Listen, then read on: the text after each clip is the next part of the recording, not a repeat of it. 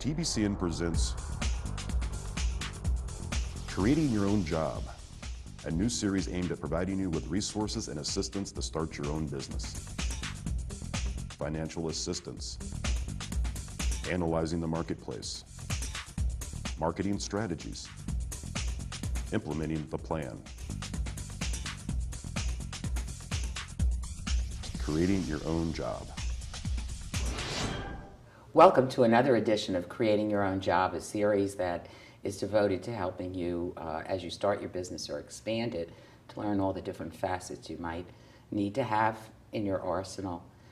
Today we're going to be talking about branding your business, and we have some really great guests with us. I'm Louise Thompson. I'm the Executive Director of Tampa Bay Community Network, where you too can come down, make a show, learn video production skills, and have a great time. With us today is Eric Torres. Welcome. Thank you. He's the principal in Torres and Ortiz Brand Diversity. Yes, ma'am. Appreciate your being here. Also, Barry Wallace, Chief Branding Officer at Barry Wallace Brand Design. Glad you could make it. Thank you so much. Good to be here. Ben Lee, the principal in Shafino Lee. Welcome to you. Thank you. And Jamie Long Wilson, who's the founder of Pipevine Public Relations, Inc. I really appreciate you all being here. Thank you. Let's tell the viewers a little bit about your companies and what you do, what your company does, what you do at your company. Sure. I'll start with you, Eric. Well, we're Brand Diversity, and we started in 2010. And essentially what we decided to do was make a niche market for ourselves where we looked for companies that wanted to reach out culturally to other demographics. And what we found out was that a lot of companies didn't know how to do that, whether they wanted to reach out to Hispanics or African Americans, Asians, whatever it might be. So we have a group in-house that we work with. In-house, we have our African American division. I manage our Hispanic division, and we have a French division in-house. And then we contract with a couple of other divisions throughout the world, actually. We have in Japan, an associate that contracts with us in Japan for our Asian clients.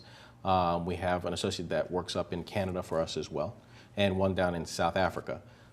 So we found it to be beneficial for us to help brands understand how to what we call reach across.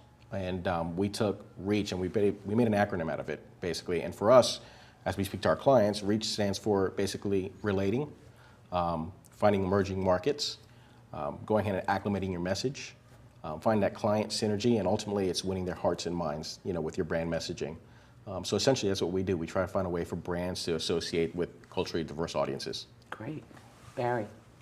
Well, I've got 20 years of experience in the advertising industry as creative, as an art director, writer, that kind of experience. Taken that experience, started my own company where I'm now consulting brands and helping them design those brands. So I'm working to help companies that are looking to evolve their brands or upstart companies that are looking to build brands from the ground up. And it's a very comprehensive program looking at all aspects of a business, and really that's how brand has to come out of a business, has to be fully involved in every aspect. And so I really work to help companies do that. Yes, Shafino Lee is a full-service advertising and branding firm based here in Tampa. We were founded 20 years ago in 1993. We help companies articulate their story so they can share what they do, what is unique about them, and then translate that into creative solutions, whether it's advertising, website, videos, television programs, so that they can really reach and get new audiences and markets. Great. Jamie. Yeah, so I started Pipevine about 2 years ago with the idea of leveraging my national network. I've lived pretty much all over the country, and I've, during that last 15 years, starting at Edelman in Washington, D.C., moved into California where I represented national and global brands.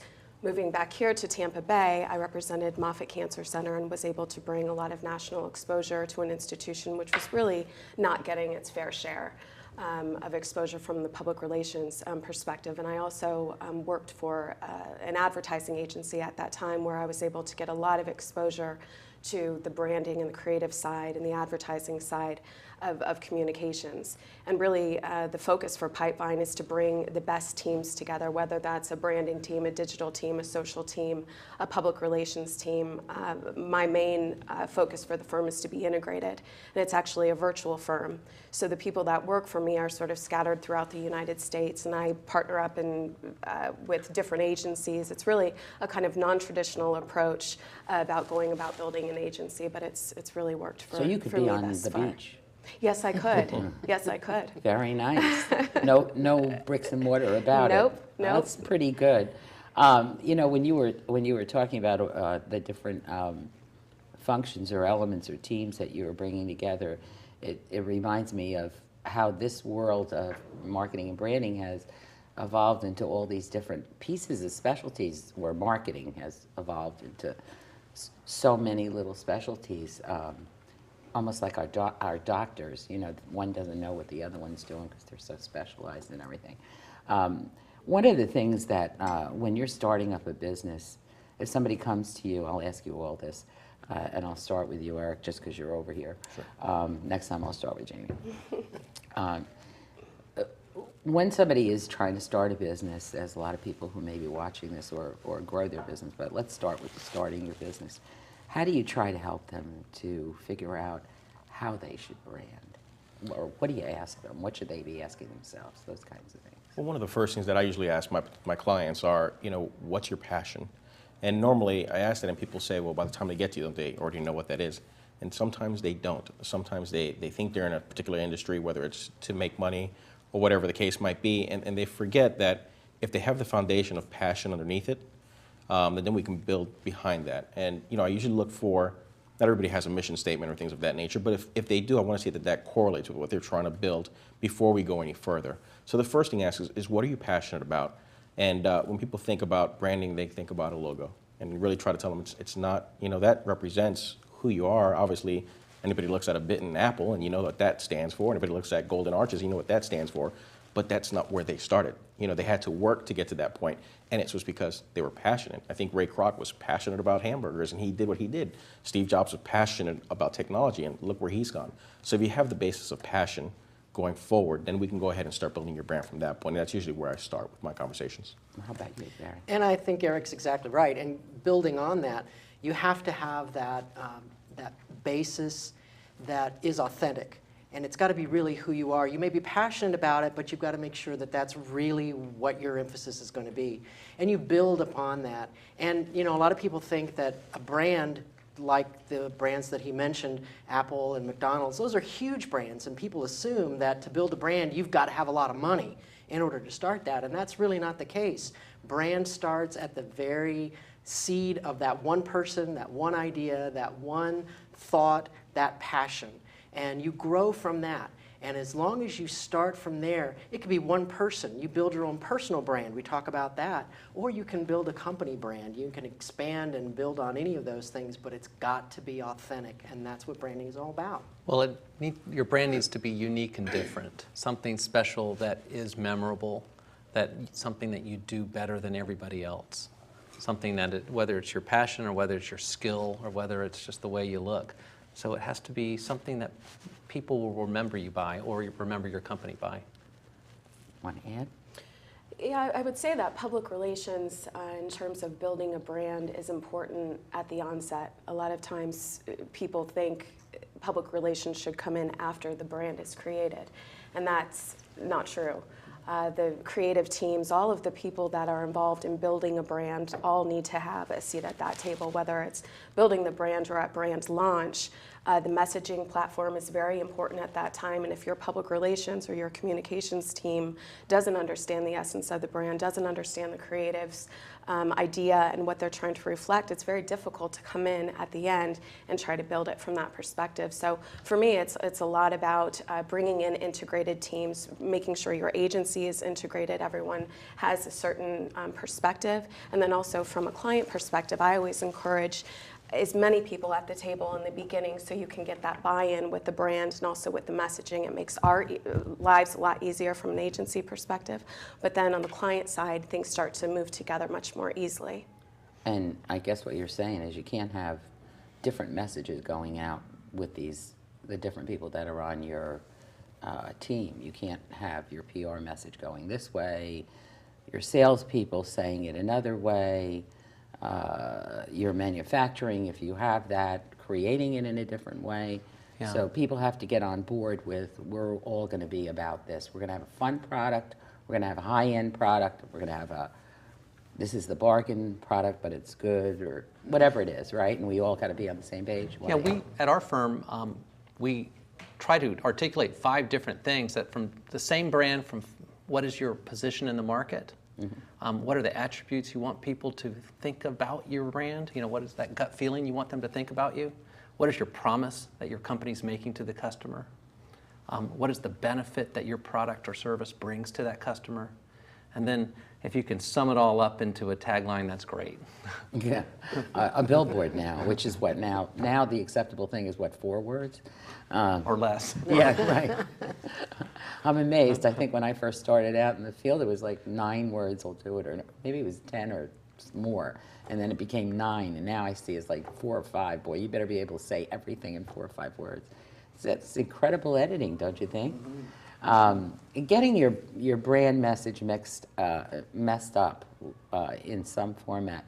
Have you seen what that ends up causing people if they don't? You want to talk about that so people understand the importance of getting it correct? Well, the consistency of your message is very important, or people are going to not understand what product or service your company represents. They might think that you're a low-end product when you're very high quality. They might think that you're an international company when you're very local. It's just a... You're yeah, you nodding, definitely get Barry? a disconnect like that, especially when you're out there with a message that says, we have awesome customer service. You call the customer service and they treat you really, really badly. That's a huge disconnect. And now suddenly people don't trust your brand. Anything that you say about yourself, now they're going to take that with reservation. Are you really going to support what you're saying to me?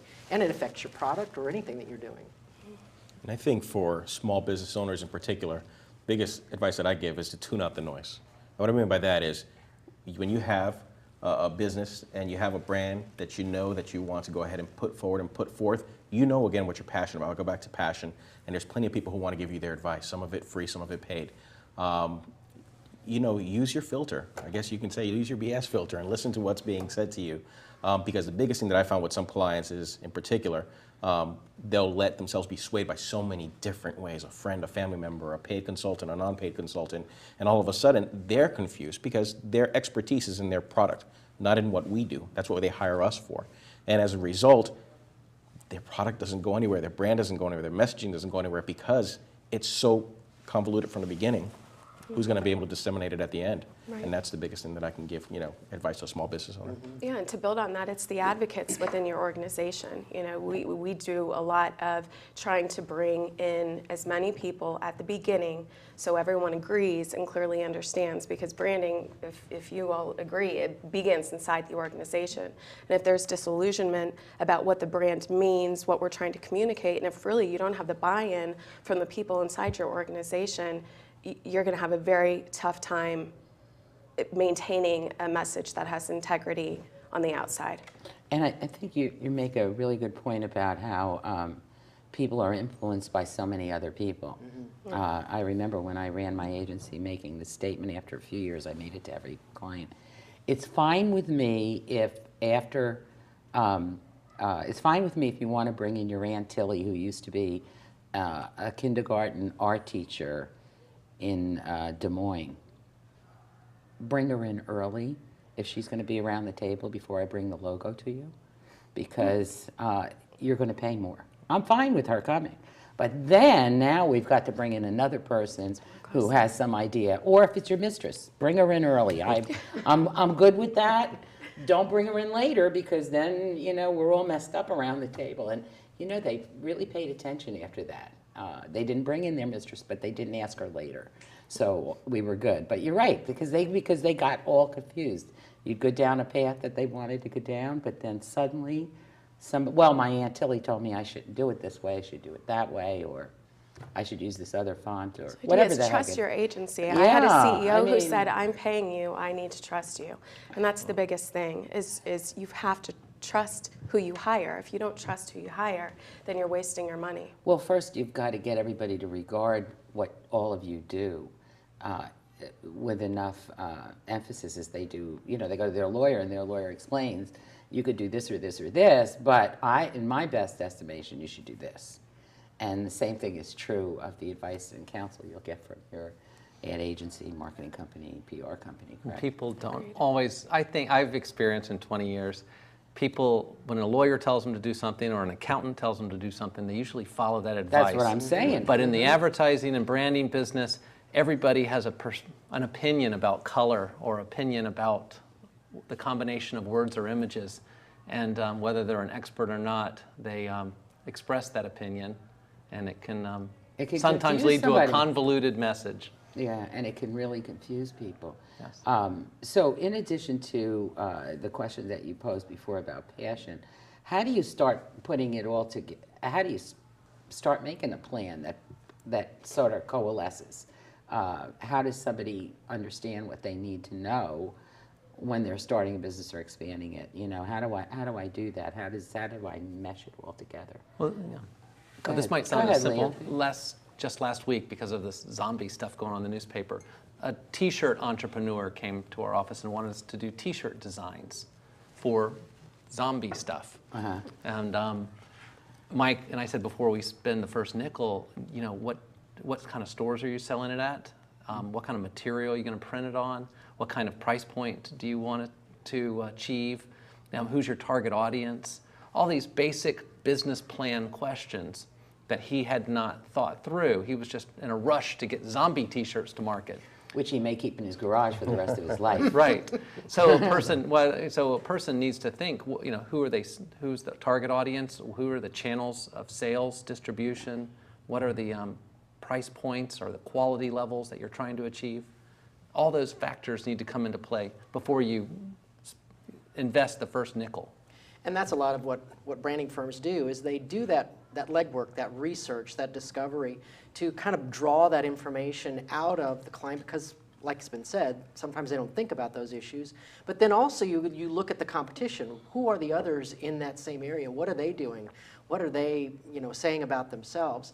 And going back to Ben's point, you've got to be distinct from that. You've still got to be unique from what everybody else is doing. I've seen that so many times where somebody says, oh, I really love those Target commercials. I want to look like Target. Like, well, no, you really don't want to look like Target. You want to look distinct from Target. You want to be as unique as Target, but you don't want to look like Target. Yeah, and that research component on the public relations side is absolutely critical. To be able to build a plan, and I once again believe in one plan that everyone agrees on, to have very clear and measurable objectives within that plan, to know exactly what it is that you want to achieve, to have timetables with that plan, and then have points where you evaluate as a team on how you're doing and the check-in points and that sort of thing. It's not as if you just launch a brand and the brand is great. I believe in going in and making corrections if you need to make corrections and listening to what's out there. A lot of people forget to listen. And we have so many vehicles today that allow us to listen to our customers. From what you were saying, Ben, I was thinking that if somebody's coming to you for branding before they even have a plan made? You'd be amazed. Some of the biggest companies in the world are trying to make moves before they think through those moves. And some are smarter than others. And, yes. Yes. So do you almost all have to back up when you get a client that comes in with this one thing? Okay, I want a brand, and I recall this happening a bunch of times too, where somebody, not a Target, but somebody else, you know, gee, this financial planner's in our local papers all the time. I want to be just like her. I want to be in the papers all the time. Really? What did you do? You know what I mean? It's going to be challenging. How are we going to do that, and why would we do that, and why do you want to be in that paper? It can be challenging to handle companies and clients that haven't thought through all the homework and legwork required to fully understand how to achieve success. They just want to go right to the top of the mountain, like be airlifted and dropped off at the top, instead of having to climb the whole way up. And many times people have a great idea. You know, there's nothing wrong with having a great idea. Oh, they're a dime a dozen. Come on. Exactly. But, you know, that idea is not going to necessarily go anywhere if it doesn't have the right thinking behind it. And of course, we all know social media makes so much difference today. And social media can actually launch a brand. And man, you don't even have to have a lot of money to do that, but it can really make a huge difference. Let's talk about that. We did do a show on just social media, but we didn't talk about launching a brand that way. We just talked about using Facebook, Twitter, Pinterest, blah, blah, and all that kind of stuff. But can you give me an example of that, Barry? Just launching something and creating the whole brand simply. Well, I mean, look, the bus driver last week, right? She raises $500,000 for a vacation without even blinking an eye. But she never thought about it, and it's accidental, but how cool is that? I mean, exactly. I think that was really interesting, wasn't it? It was really interesting. But and there are companies that have been able to, I'm not going to say that they, you know, completely launched through social media, but they definitely leveraged the strength of social media to be able to reinforce what they're doing. And, you know, everybody wants to do a video or something that's going to go viral. Well, that's what can happen, but you've got to really have a great idea or something that's really, really different and unique in order for it to be able to do that. That can take you to the top of the mountain quickly, but it doesn't necessarily mean that you've thought everything through and that you're, you know, doing everything properly. You might get to the top and go, okay, now what do I do? Yeah, you're sitting there with a viral video, a video that went viral, but it doesn't pay your rent. Exactly. So, I mean, how does somebody get from the one point, which is, yeah, we've all seen the viral videos, but they have to have some purpose, or bring you back to a website, or do something, sell you something. Am I crazy? I developed something that I call the message map, and I'm sure anybody in the industry has their own approach to how they execute that. But I think in the beginning, it's really what is the core message that you're trying to communicate. My background's in technology and consumer product. So maybe it's not launching a brand, maybe it's launching a new product in a completely new arena. For example, I launched a stereo headphone recently, and the Embrace was a product that it's a very, very competitive arena that they were trying to go after. Really even competing against the Bose. I was going to say Bose. Are we talking or Bose? the BMWs of the world. Yeah. And for us, it really was important that our brand, the brand of this product, was something completely different, not just for a business executive in an airplane. We really wanted to bring it to the streets. We wanted an urban product, and we wanted to highlight the different sort of audiophile points about the product in terms of no noise cancellation and what noise cancellation does to the product, and how pure sound actually, how important that is for people who enjoy music, as opposed to maybe some of the other products on the market, Beats, you know, by Dre, that is something that pumps in the bass. So we really, to launch our social media efforts and anything further, we really had to come up with our 4 core points. What do we want to say about this product? How do we back it up? Which from a PR perspective, that's the most important thing. And then we started to really get the brand involved, and we kind of did a little bit backwards maybe, but to be able to know, okay, this is what we want, let's build the brand off of this positioning, it's a different way to do a plan. And sometimes for clients, it's easier for them to visualize. There are some clients that are visual, and others who want pages and pages of plans. But anymore, I think clients aren't going for the long, meaty plans. They're really doing some kind of infographic or some kind of schematic that helps everyone stay on the same page. So the point in launching the Embrace product is all of that was prepared, and then we were able to map out exactly how we're going to launch that product on our social platforms. And we had already built up the digital platforms where they needed to be, and we did a tease up to the launch of the product. And at the launch of the product was this amazing video filmed out of Manhattan with a group there that just did a really great job. We bought music, we had the whole thing, and it all really came together because everybody was watching what Blue Ant, that was the company, what they were going to do. And we did a countdown, and we did contesting and that sort of thing. And when the video went, it really took off, and it really captured what we wanted to communicate about the brand. And you got media coverage from it? Yeah.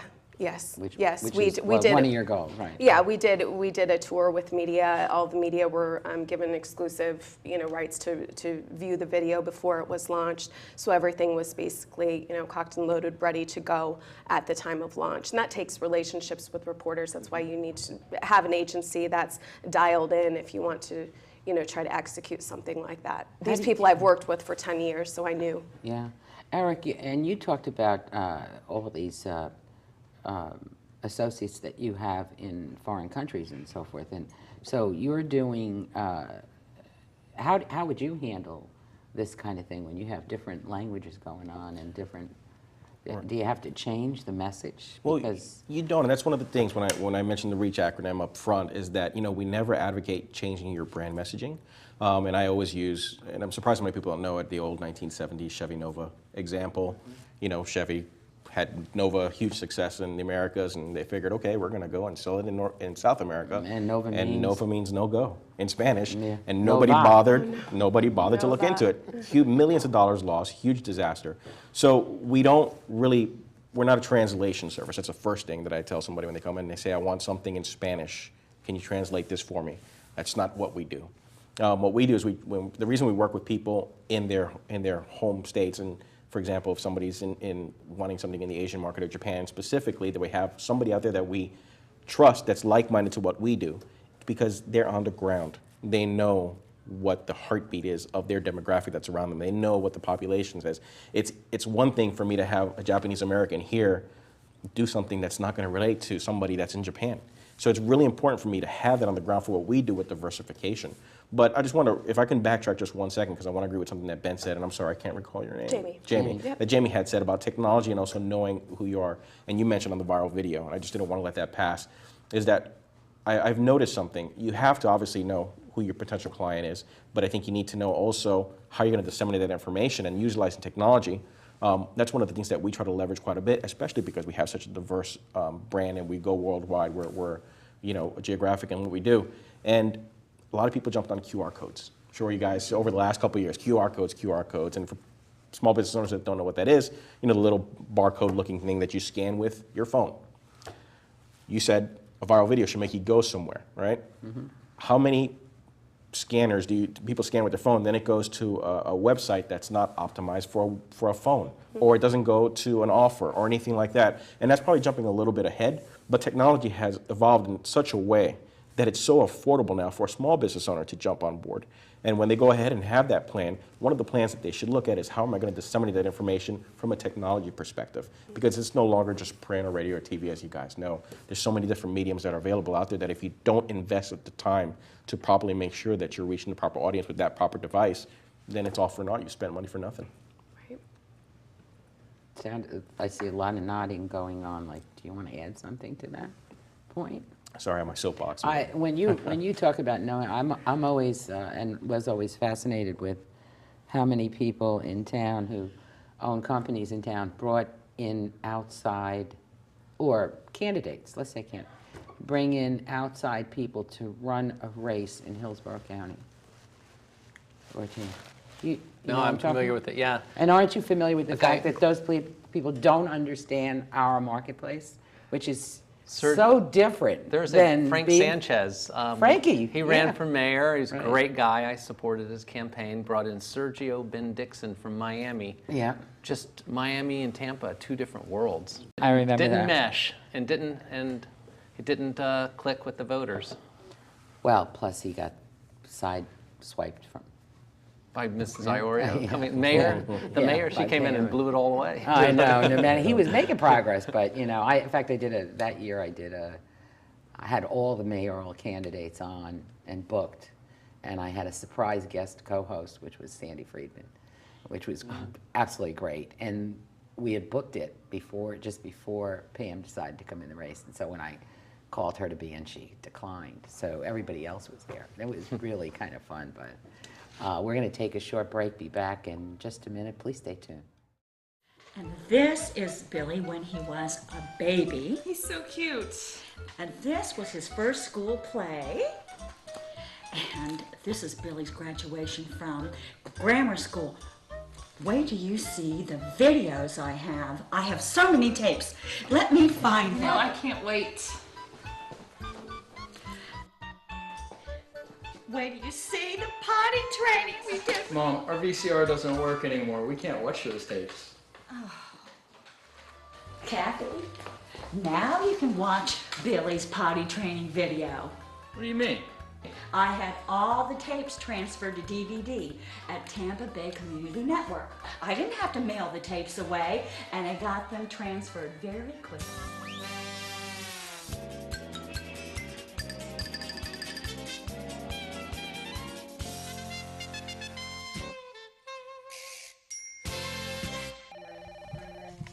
Tampa Bay Community Network, may I help you?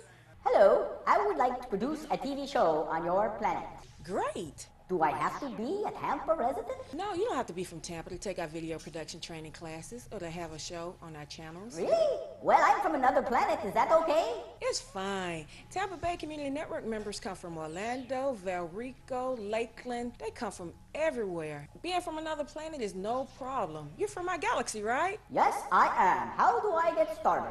Sign up for orientation class. We have them twice a month and they are free. I'm in. Sign me up. Anyone over the age of 18 can take TBCN Video Production and Final Cut Pro edit classes, produce programming, and host programming right from our studios at the University Mall. Call 813-977-5200 today and sign up for our next orientation class, no matter what planet you're from.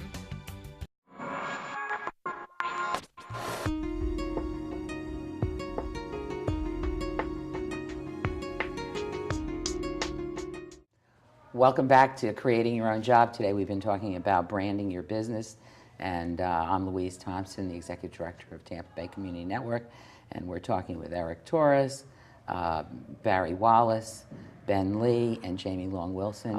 We've been talking a lot about this branding business, but not explaining it for everyone to understand what exactly is branding, because early on we said, no, it's not just the logo. So let's talk about your definitions, and they don't have to match because we're in a creative field here. So what is branding? What do I have to know if I'm thinking of starting some little company or moving on from a little company into a bigger world?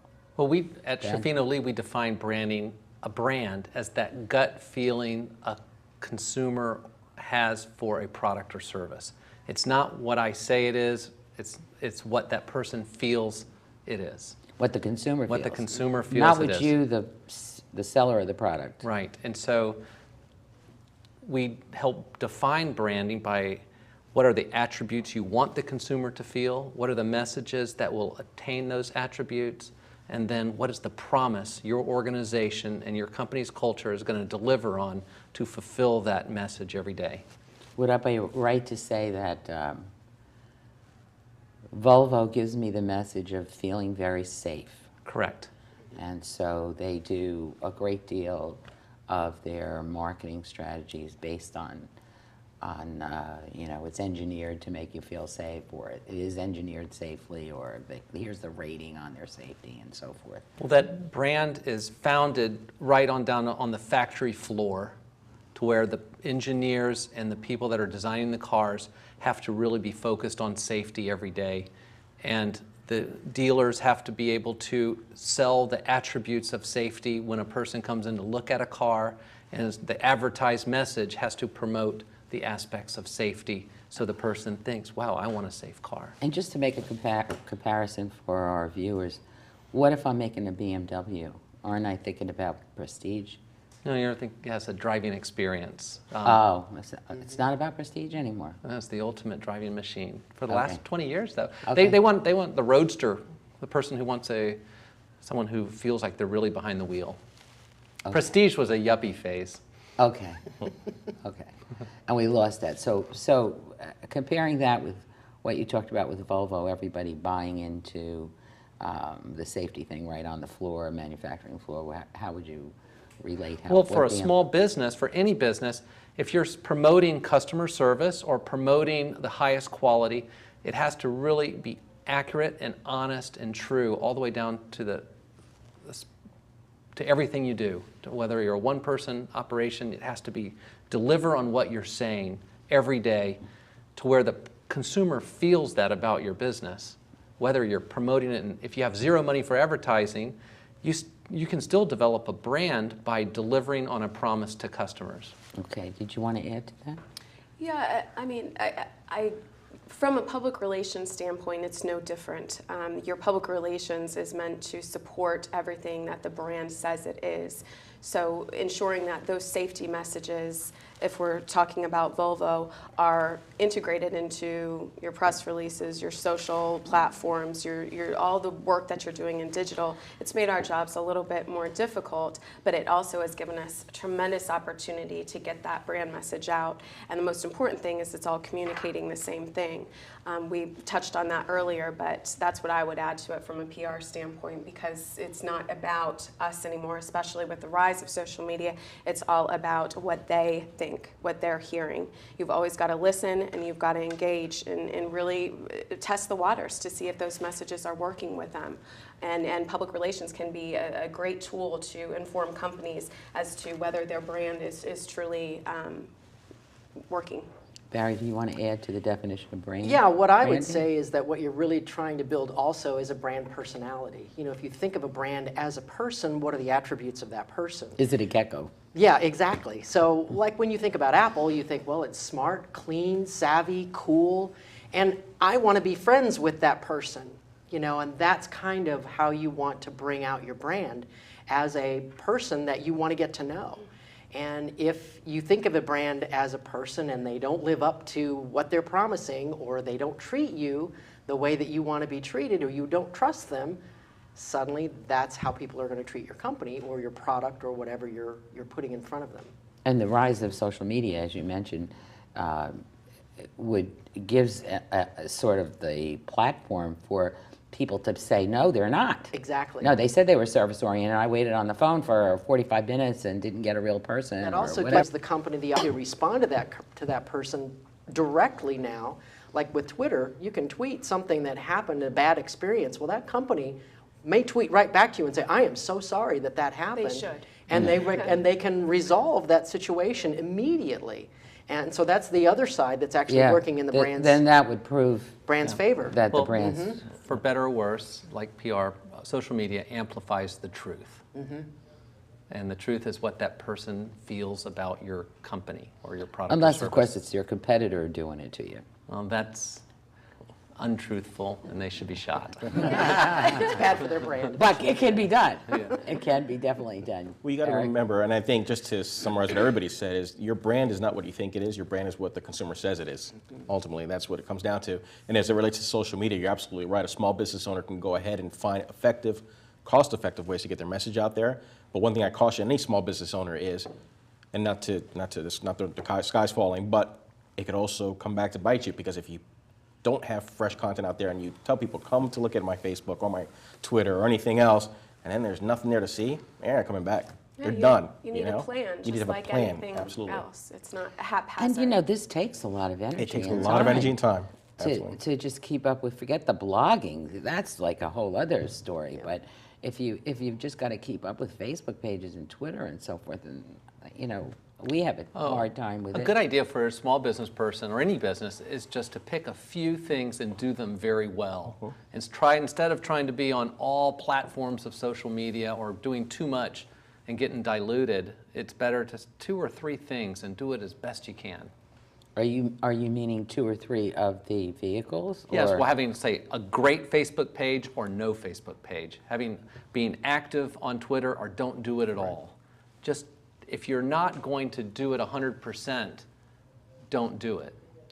Okay, so if I'm just starting out and I can't afford to sit and talk to you, any of you, I'm going to put you all on an advisory, by the way, for our nonprofit. If I could do it, I'll twist your arm into it.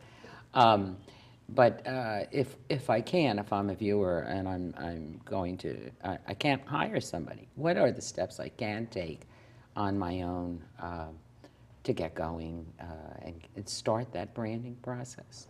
Just think through what you want to do. For instance, if you were going to start a restaurant or some kind of food concept, it's not just, well, we make really good pizza. it's not only that we make really good pizza, but what's that experience when I go into the pizza place? What are people going to say to me? What is that place going to look like? How am I going to feel about that pizza? And think it from the consumer point of view. Not just think about, here's what I'm going to do. Think about what would I want to experience. And that will really help you guide through how you want to build that brand. How do you want people to experience your product or your service? Right, and as a consumer, remember, you're also, even though you're starting your own business, you're still a consumer. No matter what, you're a consumer of media, you're a consumer of everything. The same way you do your personal shopping and you look for the best deal, whatever you're looking for, leverage that also when you're developing your brand and the ways you're going to go ahead and get your brand out there. For example, let's say you can't afford business cards. You know, computer's your friend. Print them yourself. Or there's enough research out there. I had one client who wanted some cool looking business cards, and every printer we went out to was charging $700 or $800 for these things. So we went onto eBay and found printers who were willing to do the same exact thing. We got it down to $94 from $700. So, you know, you find different ways and different avenues. Just apply a lot of things that you apply in your personal life. A lot of it does translate over very well. So that's, you know, one of the things I would say. Yeah, if I was starting a company today, in which all four of us started our own business at one point, interview your customers or your prospective customers and find out what they need and what they want. Interview other people that are in your business. Hopefully, if you're a good person, they'll talk to you and share trade secrets. And then go out there and do like competitive or secret shopping to see what other people are doing in the marketplace. And then clipping ads or printing out pages of websites that you like, that you think reflect what you want to project in the market, what you want you think your customers want. So you can build up that personality, that the imagery and the voice that you think is going to work. So you can do a lot of the same legwork our firm does and all by yourself. It's just we're used to doing it every day as a profession.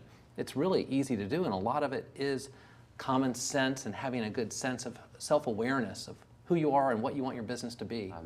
I had spoken with people who, different industries, like let's say a bookstore, they were out of town, not in Tampa. They're out of town and they love some little used bookstore. They just love it. It's in another state. And they could walk up to that person who owned it and say, you know, I don't live here. I'm not going to be your competitor. I love your store. I'd love to start something just like this. And you know, it's like flattery's, you know, the best form. And so they're flattered and they'll tell you, and they don't see you as a competitor, which they could in this particular market. Maybe people won't give up as much information, but they would outside of here.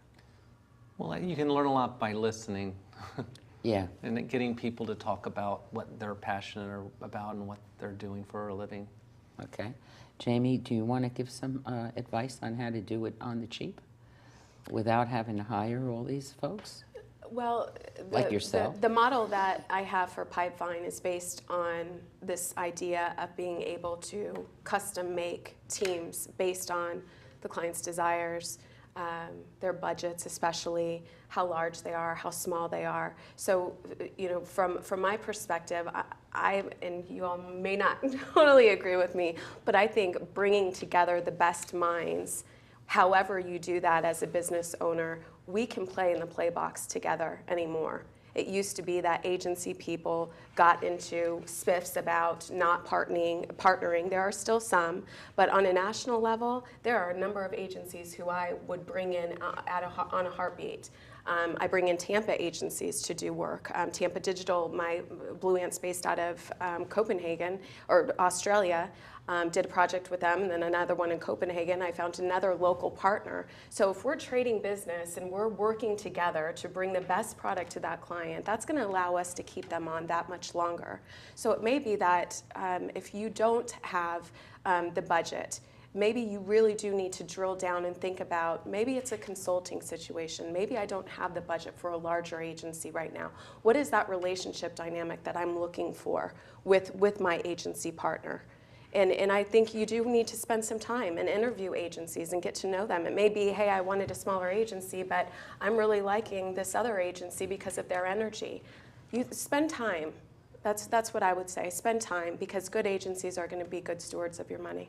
And I'd say, listen, you mentioned that also, and listen, talk to your friends. I like to look at Sarah Blakely, the lady who invented Spanx.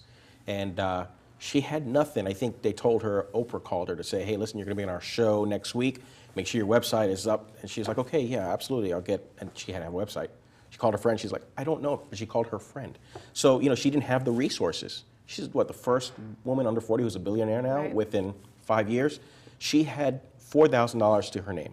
And she called people she knew. Another friend designed the logo for her. A friend developed the website for her. And but ultimately she was passionate. We're bringing about And that. she was prepared. And she was prepared. She knew what she was talking about because she was passionate about what she was going to do. So, you know, when it comes to looking at saving money, ask your friends. You never know who has a hidden talent if you have to go that route. And it's okay. Some of them like to do it. Right. You know? Power networking. Absolutely. That's what that one is about. Absolutely. And also on building a brand on the cheap, and or spending a fortune, you have to be very patient and tenacious. Yes. It's going to take a long time, no matter how great your plan or your idea is. It's going to take, if not years, decades, to build something like Spanx. That took her 10 years to be a billionaire. Yeah. And a brand You're is a saying living that, but then thing, on the yeah. other hand, you're saying with the social media, you can be pretty quick. You can be a flash in the pan. Yeah, you can be You a mean 1 it minute can't be wonder. long lasting, you're saying. Correct. You're How do still you- building for 10 years. It takes, you have to be, you can, with social media and with internet technologies, yes, you can reach millions of people instantly. But whether they're going to remember you and they're going to be like a long-standing brand that is a part of their gut consciousness, no, it takes a long time. And of consistency, of continuous, the same message. Yeah, we talk about a pyramid in the communications arena where it's so important to first build the awareness, because before people act, very often they want to get to know the brand, they want to see the brand, they want to trust the brand, and then they act. And I think maybe that's part of what you're saying too, is that takes time. Just the awareness building if you're starting from nothing. Do you see a difference in this conversation if we're talking about a product versus a service business? I don't see Or are there some certain things you think with a service business, like what triggered me is that you said sometimes it takes a longer time. And I think some service business requires people to really get to know you better. They're not going to just jump at it, where impulse buying is easier on products. You know, they're lined up at the door, there they are, I was checking out anyway, I'll try this gum or this candy bar or whatever it is. They're right there, and you're not going to need a big relationship. I think most of the viewers in the Tampa Bay area are probably going to be service-based companies. If we're starting our own business, unless we have a really great patent idea or a manufacturing facility, it'll probably be a service-based company of some sort. And yeah, Not ice cream. Well, maybe one ice cream for every 5 landscape companies and 10 accountants and 20 lawyers and 4 advertising, branding people. Right. So we're all service-based economy is really big in this area, and yeah, it does take time to get to know the person and to trust that person or their business, and Well, with some fields, I think people need to spend more time with you, especially if you're somebody's ad agency, you're their partner. I mean, usually it takes at least 3 or 4 meetings before somebody engages our firm. Yeah. And each meeting is progressively more complex. yeah. Leading- I see an ad agency, marketing company, PR company as your partner. It's an extension. It That's really, how I see it, extension. it's sort of different than a lot of other things you could sell or do. Yeah. But we are both devoted to increasing the sales and revenue, income, or something to this client you have. I mean, that's your bottom line. You're Well, usually- trying to the first help meeting, them succeed. The first meeting, if it's chemistry, if it doesn't work on, that we get along level, then it's not going to go to the second meeting. The second meeting is usually about the needs and scope of that business. Right. And being able to still maintain the chemistry and then elevate the conversation to where, wow, this person can really help me. They understand my business. The third meeting is developing a plan of what is the agency going to do to help my business and how much is that going to cost. And then the fourth meeting is probably negotiating and finalizing, tweaking that plan to where it's within the budget they can afford. Let's talk about what if a brand has gotten not a bad rap, but negative press. What do you do? That would probably be Yeah. crisis management. Well, you got I mean, there are two ways that happens. One, you know it can happen and you didn't prepare for it, or it happens and it completely takes the organization by surprise. The idea is for you to anticipate any of those issues that may happen, and maybe not building a plan for the specific issue, but building a plan and a protocol in terms of how you respond to that situation, and making sure that all of the internal groups understand how that's going to work. If this crisis comes in, who is going to be the spokesperson? What is step A? What is step B? And that can be prepared. I mean, that's a template. Every organization should really have something like that. And it could be 2 pages. But then something can come out of left field that you never even thought about. But the way you communicate is there. And no one's wondering who's got this and who's got that. That's true. It's there. And then you start from that point, and then you hunker down with your PR people and figure out how you're going to authentically and transparently deal with the situation. And you can see quickly. that happen in some of the major things that have crises that have happened, you know, with the situation in the Gulf. Even though they may not have handled that perfectly, you could see that there was a plan there. You know, they knew who was going to be talking about what subjects, and you know, there was a plan there, and most Did you companies see the have plan that. after 9/11? No. Did you now guys that- not? Oh, you did. You watched. All of you did. If you were glued to the television set for the next week, you saw our government put out more videos about how prepared we are. I mean, To make people feel safe. Yes, Right. I was like, oh my God, they couldn't have done this last night.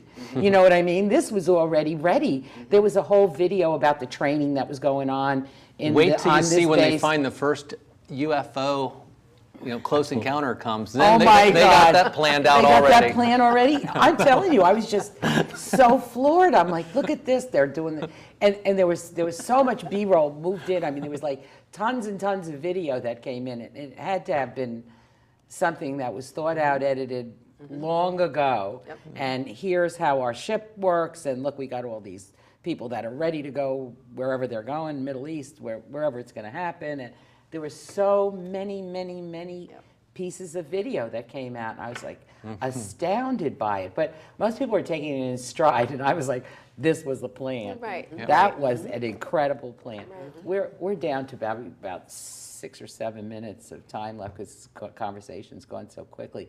And I want to make sure that any point that each one of you want to make that we didn't get to discuss, but it's on your mind, or you want to make sure you bring across to the viewer, you want to repeat yourself for emphasis, that you get to do that. I'm going to start with you, Jamie. I would just say public relations, branding, communications, it shouldn't be scary. If you want to start a business, it's one of the first places you need to go. Make sure you have the right partners, make sure you're educated, make sure you research, and get at it. And don't let it make you paralyzed because you feel you can't understand it. We're not magicians. Anybody can do this if they put the time and energy into it and do the things I think that each of us have talked about.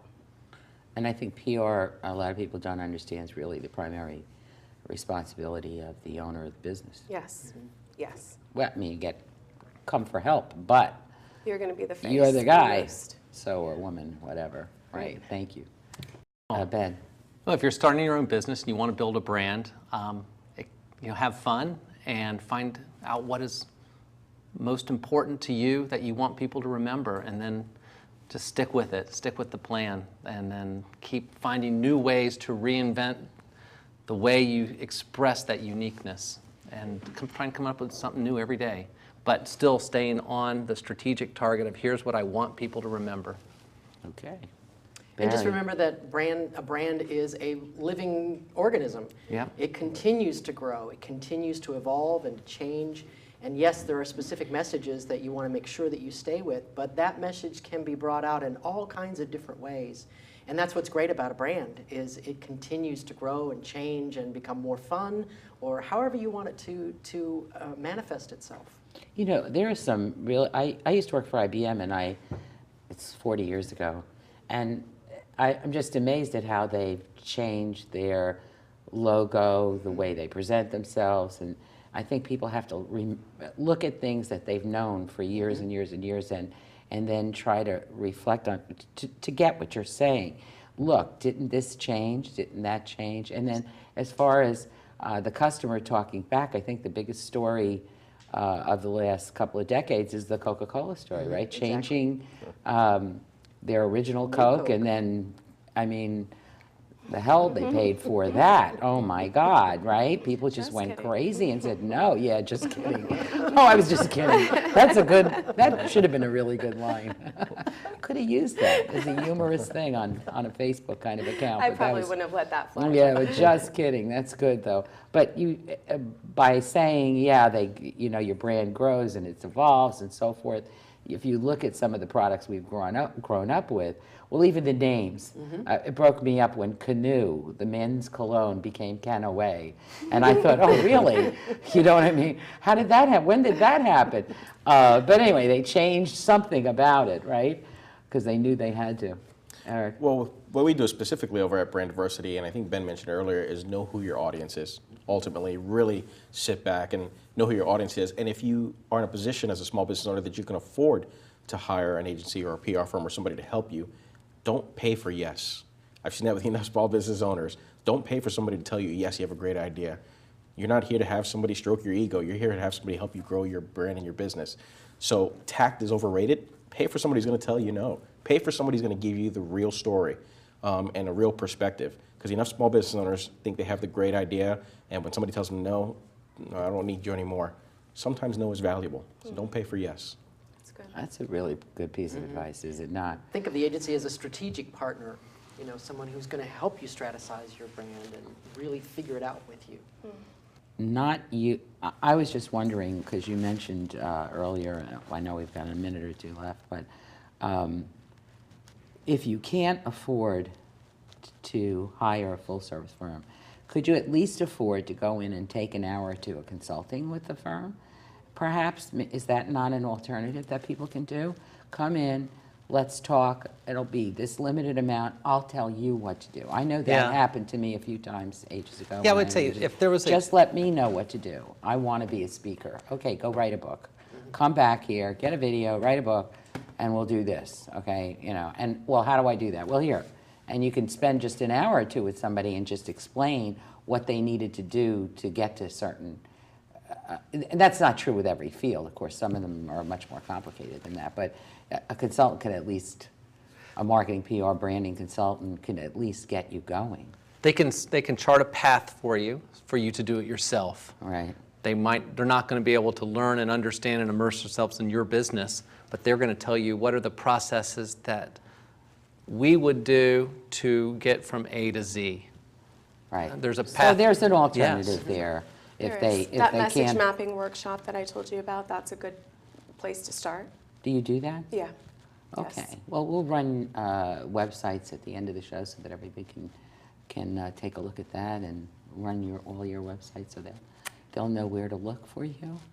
Appreciate again so much you bringing all your years of advice and talent to us and getting this message out to our viewers in Hillsborough County, who we wish will have great success from everything they learned today.